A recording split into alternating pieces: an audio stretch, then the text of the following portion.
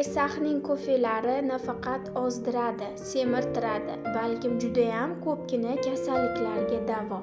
Kofe tarkibida noyob gripp reishi, qizil qo'ziqorin va moringa shifobaxsh o'simligi bor.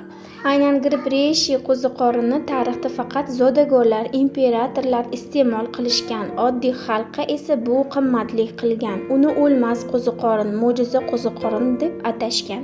Uning foydali xususiyatlari juda ham katta. Uning vatani Xitoy. U asosan janubiy sharqiy hududlarda o'sadi. Osiyoning zich tog' o'rmonlarida, daraxtlarning tanasida yetiladi.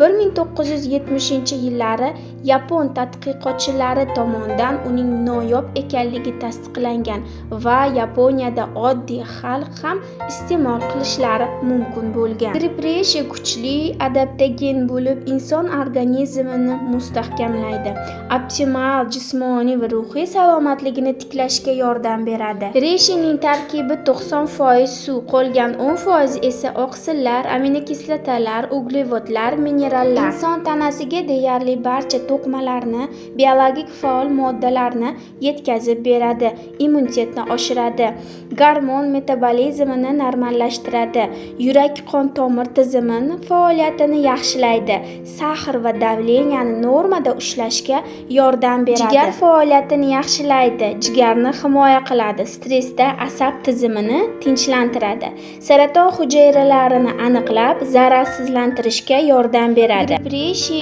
qarishga qarshi.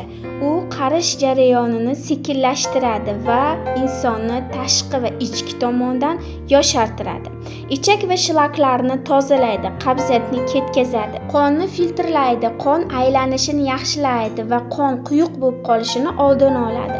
Turli allergiya, teri kasalliklari, psoriaz, ekzemalarni davolaydi. Kofe tarkibida yana bir mo'jizaviy shifobaxsh o'simlik moringa mavjud. Moringa Afrika, Hindiston va Filippin orollarida keng tarqalgan bo'lib, u daraxt barglari hisoblanadi.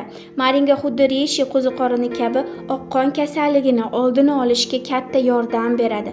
Immunitetni oshirib, turli virus, infeksiyalardan himoya qiladi. Ko'z salomatligida va ko'rish faoliyatini oshirib beradi. Buqoqning turli darajalarida kasallikni yo'q qilishga yordam beradi. Kofening yana bir ajoyib xususiyati, uni shakar qo'shib ichsangiz semirtiradi, shakarsiz ichsangiz ozishga yordam beradi.